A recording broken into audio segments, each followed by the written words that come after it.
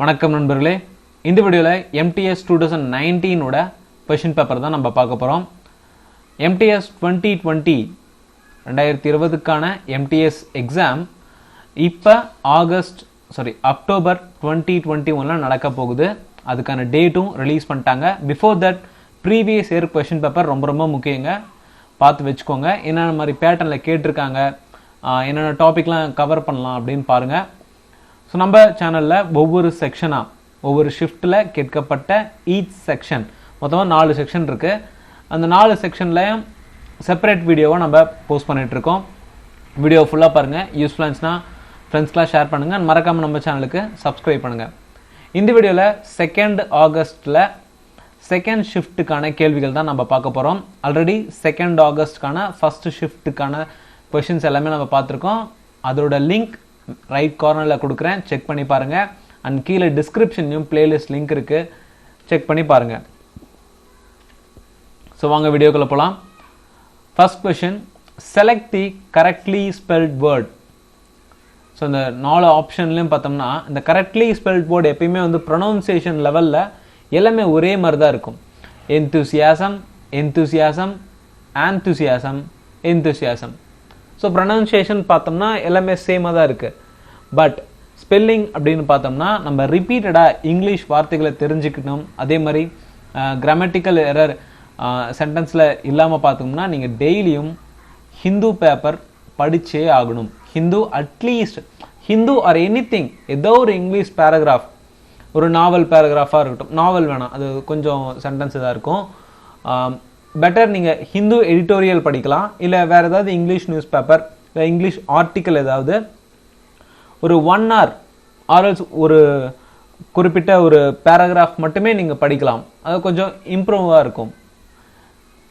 So இந்த கொஷினை பொறுத்த வரைக்கும் கரெக்டான வேர்டு அப்படிங்கிறது enthusiasm, ஆப்ஷன் டி. அடுத்து correctly spelt word financially, financially, financially and financially. So இதில் கரெக்டான வேர்டு அப்படின்னு பார்த்தோம்னா ஃபஸ்ட்டு ஃபினான்ஷியல், இது வார்த்தை அடிஷ்னலாக எல்ஒய் சேர்ந்துருக்கு. ஸோ அப்போ எல்ஒய் சேர்ந்துச்சுன்னா அது ஆப்ஷன் பி ஆன ஃபினான்ஷியலி. ஓகேங்களா? சஃபிக்ஸ் அப்படிங்கிறது ஏஎல்எல்ஒய். ஃபினான்ஷியல் அப்படிங்கிற வார்த்தை வேர்டு ஆரிஜின் பார்த்தோம்னா ஃபினான்ஸ். இந்த ஃபினான்ஸில் இருந்து சஃபிக்ஸாக ஏஎல் ஆட் பண்ணுறோம், ஃபினான்ஷியல். அண்ட் இதோட இந்த ஐஏஎல் ஒரு சஃபிக்ஸ், ஏஎல்எல்ஒய் இதுவும் ஒரு சஃபிக்ஸ். ஓகேங்களா? ஸோ அதுதான் ஃபினான்ஷியலி.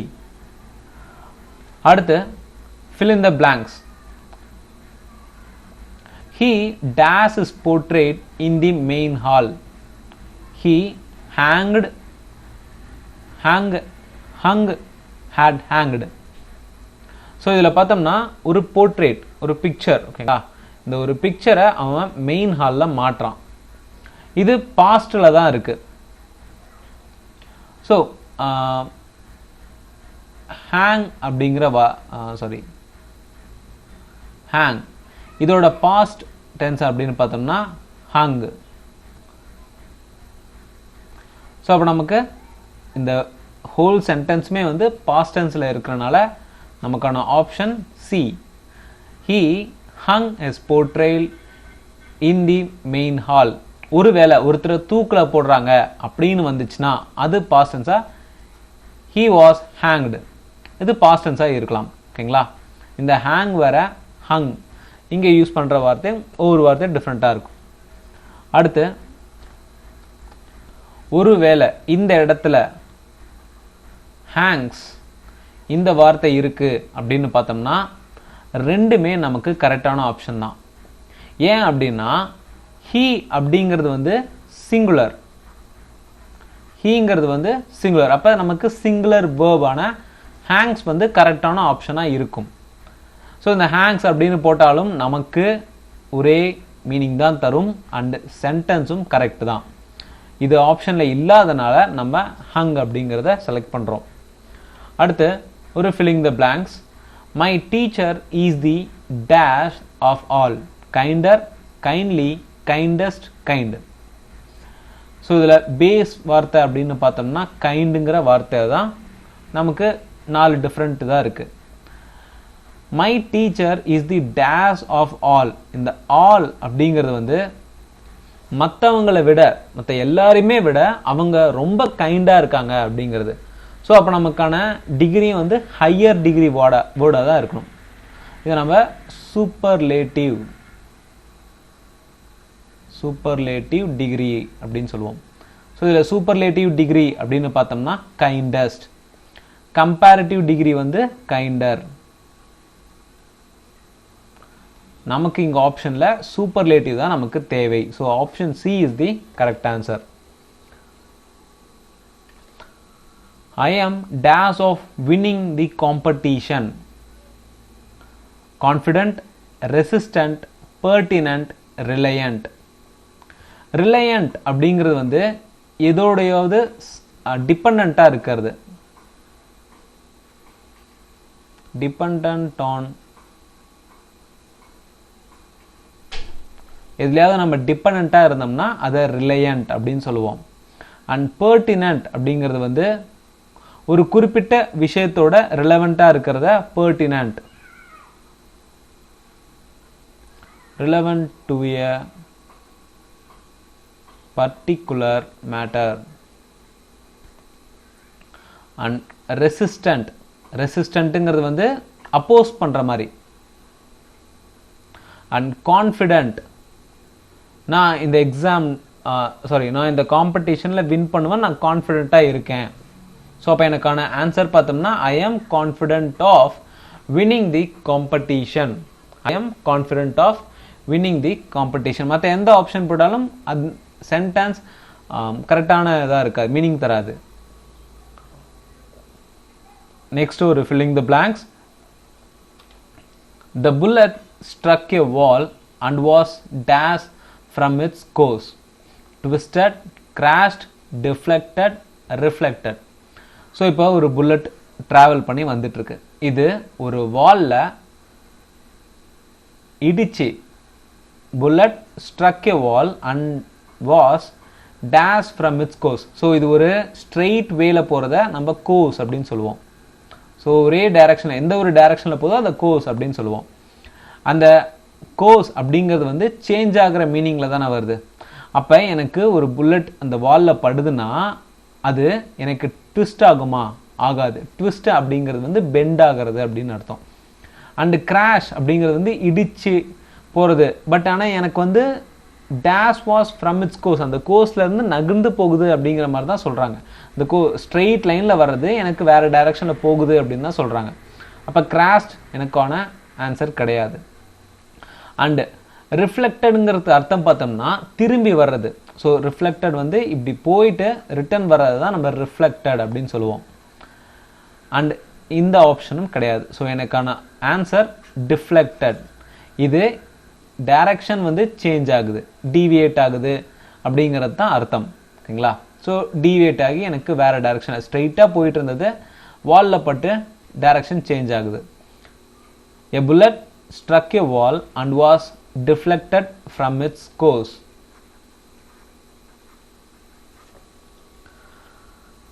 Antonym. Comic ஓட antonym tragic, jubilant, tickle, happy.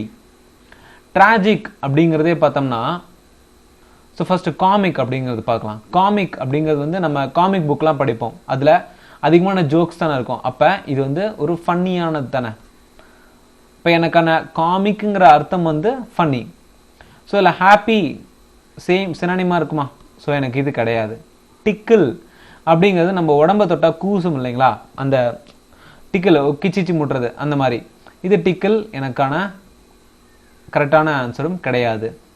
And then Jubilant.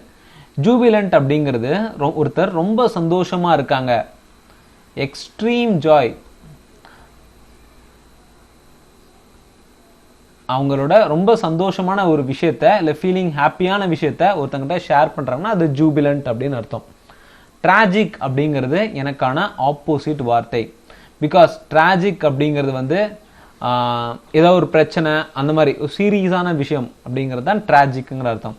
So எனக்கான பெஸ்ட் ஆண்டனிம் வார்த்தை அப்படின்னு பார்த்தோம்னா ஆப்போசிட் வார்த்தை அப்படின்னா காமிக்கோட ஆப்போசிட் ட்ராஜிக்.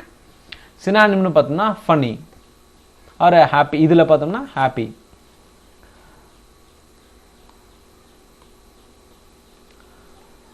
நெக்ஸ்ட் மிஸ்ஃபார்ச்சூனோட சினானிம். மிஸ்ஃபார்ச்சூன் அப்படிங்கிறது வந்து லக் இல்லாமல் இருக்கிறது, இல்லை ஏதாவது ஒரு லாஸ் ஏற்படுறது, அன்லக்கி இல்லைனா ஏதாவது ஒரு லாஸ் ஏற்படுறது அது மிஸ்ஃபார்ச்சூன் அப்படின்னு சொல்லுவோம். பெனிஃபிட் அப்படிங்கிறது எனக்கான ஒரு குட் ரிசல்ட், ஒரு அட்வான்டேஜ் கிடைக்குது அப்படின்னா அது வந்து பெனிஃபிட். அண்ட் சப்போர்ட், ஒருத்தங்க சப்போர்ட் பண்ணுறாங்க, அதுவும் எனக்கான ஆன்சர் கிடையாது. அண்ட் மிராக்கிள், ஏதாவது திடீர்னு எனக்கு நல்லது நடக்கிறத நம்ம மிராக்கிள் அப்படின்னு சொல்லலாம், அதுவும் கிடையாது. கேலமிட்டி, கேலமிட்டி அப்படிங்கிறது வந்து ஒரு டிசாஸ்டர். டிசாஸ்டர் ஏற்படுறத நம்ம கேலமிட்டி அப்படின்னு சொல்லுவோம். ஒருத்தங்க கஷ்டப்படுறாங்க அப்படின்னா கேலமிட்டி. ஸோ அப்போ எனக்கான சினானிம் பார்த்தோம்னா மிஸ்ஃபார்ச்சூனோட சினானிம் கேலமிட்டி.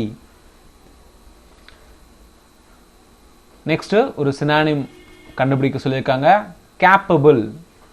கேப்பபிளோட சினானிமா எது இருக்கலாம்? கம்ப்ளேசன்ட், கன்சிஸ்டன்ட், கன்சீட்டட், காம்பிட்டன்ட். ஸோ கேப்பபிள் அப்படின்னா என்னால் ஒரு விஷயத்தை செய்ய முடியும் அப்படிங்கிற அர்த்தம் தான். அதுக்கு ஈக்குவலண்டான வேர்டு அப்படின்னு பார்த்தோம்னா ஃபர்ஸ்ட் கம்ப்ளேசன்ட். ஸோ இந்த கம்ப்ளேசன்ட்டுங்கிற வார்த்தை பார்த்தோம்னா எனக்கு போதுமான அளவுக்கு இருக்குது, நான் வந்து செல்ஃப் சாட்டிஸ்ஃபைடாக இருக்கிறேன், மற்ற விஷயத்தை பற்றி எனக்கு அக்கறை இல்லாமல் இருக்கிறது. செல்ஃப் சாட்டிஸ்ஃபைடாக இருக்கிறது கம்ப்ளேசன்ட் அப்படின்னு சொல்லுவோம். ஒரு விஷயம் கிடைச்சிருக்கு, அது நான் செல்ஃப் சாட்டிஸ்ஃபைட்.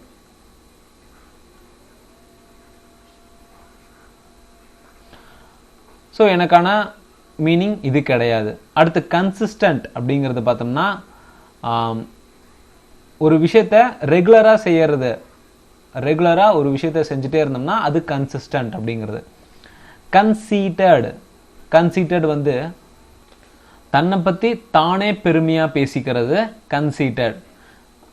அண்டு காம்பிட்டன்ட் அப்படிங்கிறது என்னோட எபிலிட்டிக்கு ஏற்ற மாதிரி என்னால் முடியும், நான் அவங்க கூட வந்து போட்டி போட என்னால் முடியும் அப்படிங்கிறது காம்பிட்டன்ட். இல்லைனா ஒரு விஷயத்துக்கு அவங்க ஃபிட் ஆகிறாங்க அப்படின்னா அவங்கள காம்பிட்டன்ட் பர்சன் அப்படின்னு சொல்லுவோம்.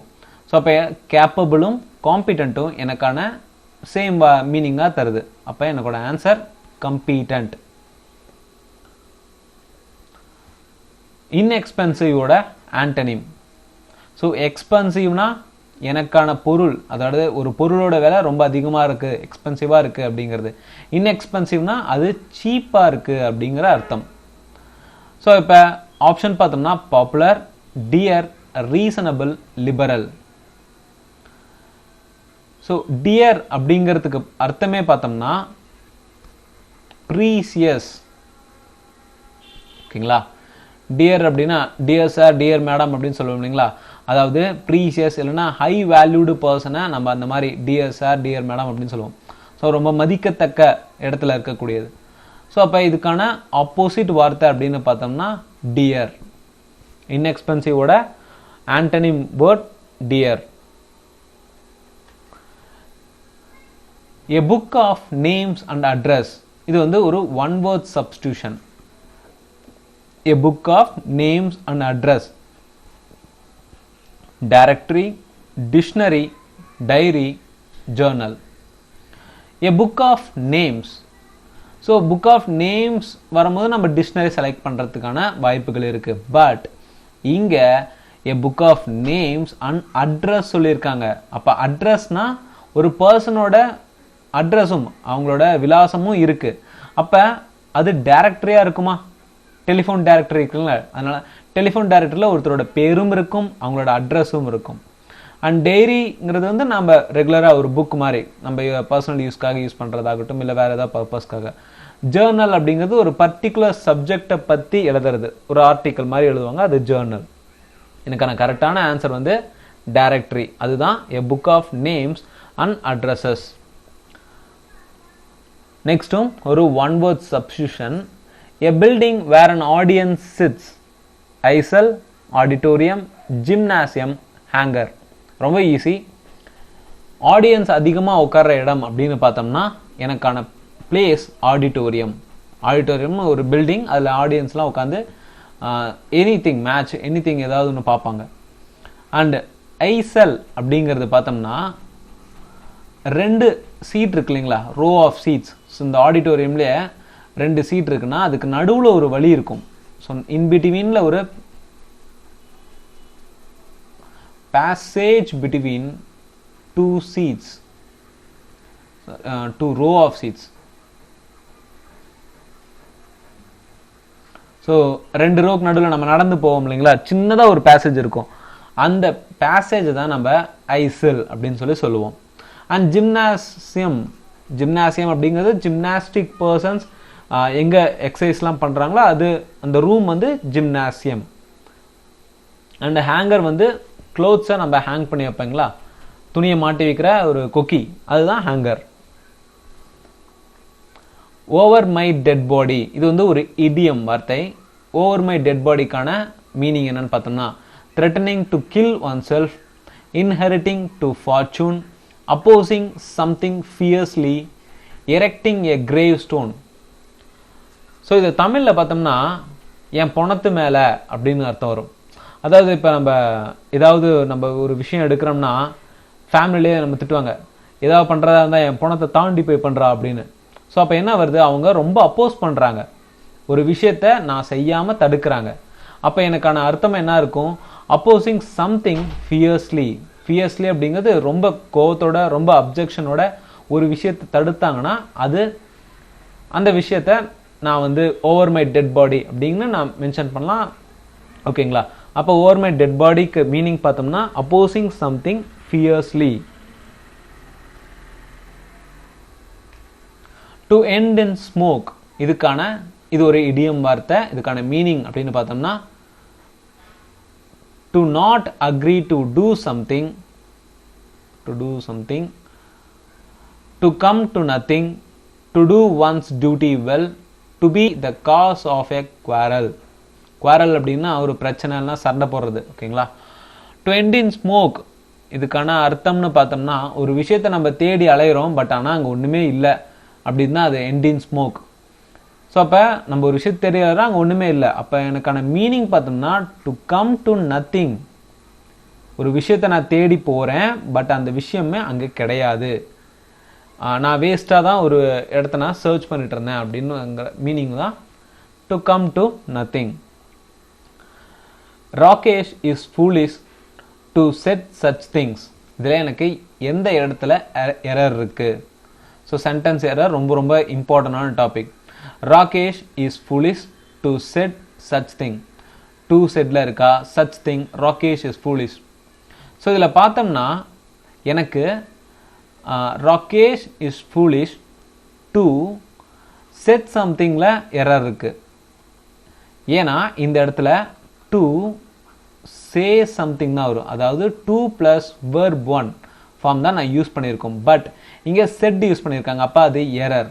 ஸோ எனக்கான ஆன்சர் பார்த்தோம்னா டு செட். கரெக்டான சென்டென்ஸ் அப்படின்னு பார்த்தோம்னா Rakesh is foolish to say such thing. அடுத்த ஒரு error, my aunt sold her boutique to a billionaire. என்னோட ஆன்டி வந்து ஒரு பொட்டிக்கை ஒரு பில்லினருக்கு சேல் பண்ணிட்டாங்க.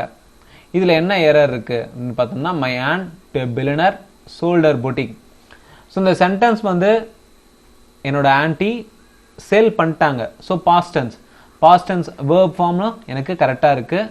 யாருக்கு சேல் பண்ணாங்க அதுலேயும் எனக்கு கரெக்டாக இருக்குது. அப்போ இந்த சென்டென்ஸில் எந்த ஒரு எரரும் கிடையாது. So no error. My aunt sold her boutique to a billionaire, எந்த ஒரு எரரும் இல்லை. மோகன் he is pleased at the news yesterday. Was pleased, has been pleased, had been pleased, no improvement. So இது ஒரு sentence improvement question. is pleased அப்படிங்கிறத நான் எதை வச்சு மாற்ற முடியும், அதை எந்த ஃபார்மை யூஸ் பண்ணால் எனக்கான சென்டென்ஸ் இம்ப்ரூவ் ஆகும் அப்படின்னு பார்த்தோம்னா ஃபஸ்ட்டு சென்டென்ஸ் நம்ம பார்க்கலாம். மோகன் is pleased at the news yesterday.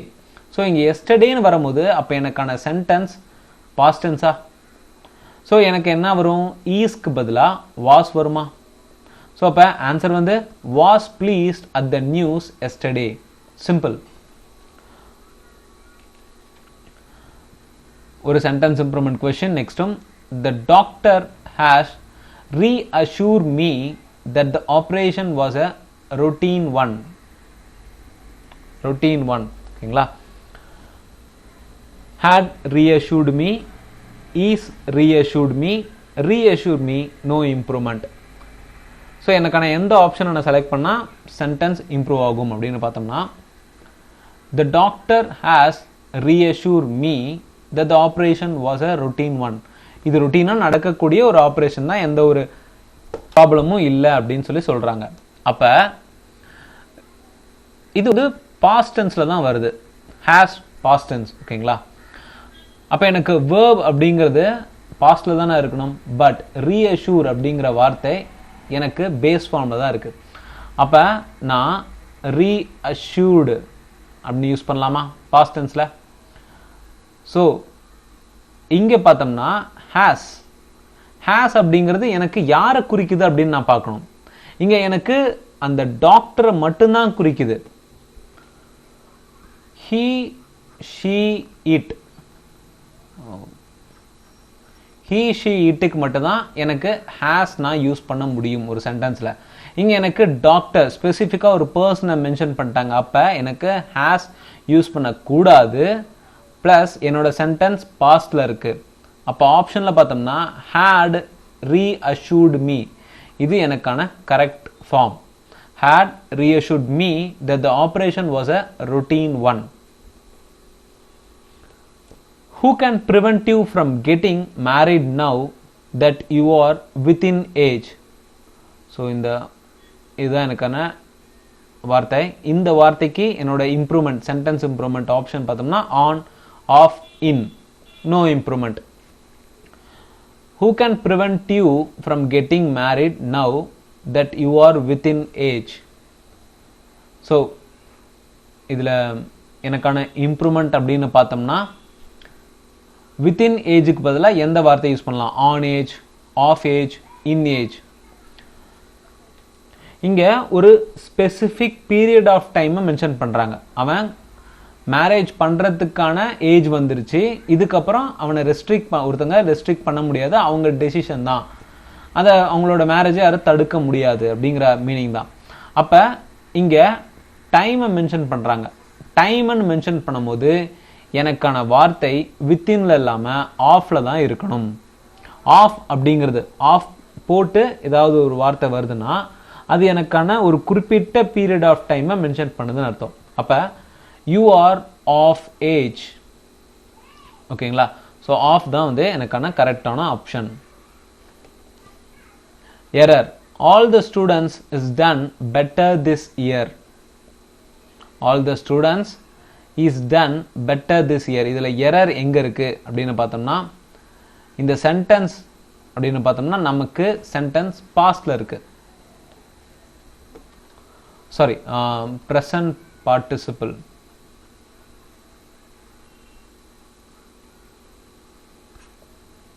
எனக்கான வேர்பானது ப்ரெசன்ட் பார்ட்டிசிபிளில் இருக்கணும். ஸோ அப்போ ஆல் த ஸ்டூடெண்ட்ஸ் ஈஸ் அப்படிங்கிறது எனக்கு ப்ரெசன்ட் ஃபார்மில் இருக்குது, நான் இதை மாற்றணும். அப்போ ஹாவ் டன் எனக்கான கரெக்டான ஃபார்மாக இருக்கும். All the students have done better this year. So is டன்ல என்னோட எரர் இருக்கு.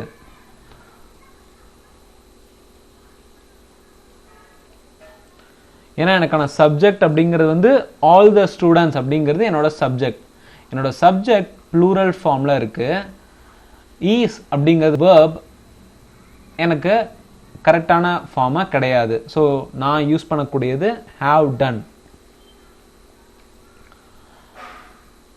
Sanitation refers to public health condition dash to clear drinking water and adequate treatment and disposal dash human waste and sewage dash human contact with faces is part of sanitation. sanitation system dash to protect human health by providing a clean environment dash will stop the transmission of disease. So passage filling the blanks வந்து ரொம்ப important. So இந்த பேசேஜை பொறுத்த வரைக்கும் first ஆப்ஷனில் எது எனக்கு கரெக்டாக சூட்டபிளாக இருக்கும் அப்படின்னு பார்க்கலாம். Sanitation refers to public health condition dash to clear drinking water and adequate treatment and disposal. Relates. So எனக்கான சென்டென்ஸ் அப்படிங்கிறது வந்து எதை மீன் பண்ணுது? சானிடேஷன் மீன் பண்ணுது. அப்போ sanitation refers to public health condition dash to related to clear drinking water and adequate treatment.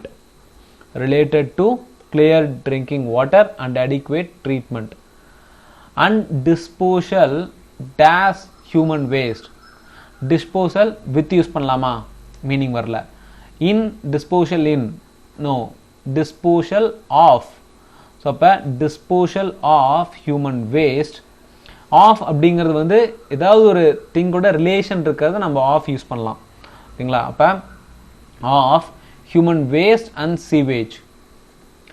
Third பார்த்தோம்னா dash human contact with faeces is part of sanitation.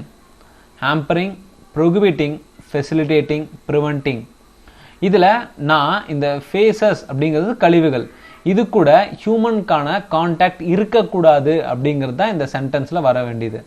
ஹாம்பரிங் அப்படிங்கிறது வந்து கிடையாது. கரெக்டான வார்த்தை அப்படின்னு பார்த்தோம்னா ப்ரிவென்டிங், இந்த ஃபேஸஸ் கூட ஹியூமன் கான்டாக்ட் இல்லாமல் பார்த்துக்கணும். ஓகேங்களா? அப்போ எனக்கான ஆன்சர் பார்த்தோம்னா preventing human contact with faeces is a part of sanitation. Sanitation system dash to protect human health. Sanitation system அவங்களோட முக்கியமான பங்கு அப்படின்னு பார்த்தோம்னா, அவங்களோட குறிக்கோளே அப்படின்னு பார்த்தோம்னா aims to protect human health by providing a clear environment dash will stop the transmission of disease.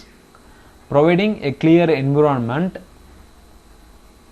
this will stop the transmission of disease use பண்ணலாமா? But எனக்கான ஆப்ஷனில் this இல்லை. these இருக்கு, ஆனால் இதை நான் யூஸ் பண்ண முடியாது. thisோட ப்ளூரல் தான் these. பட் இந்த பர்டிகுலர் பிளேஸில் these நான் யூஸ் பண்ண முடியாது. அப்போ by providing a clear environment that will stop the transmission of disease நான் யூஸ் பண்ணலாம்.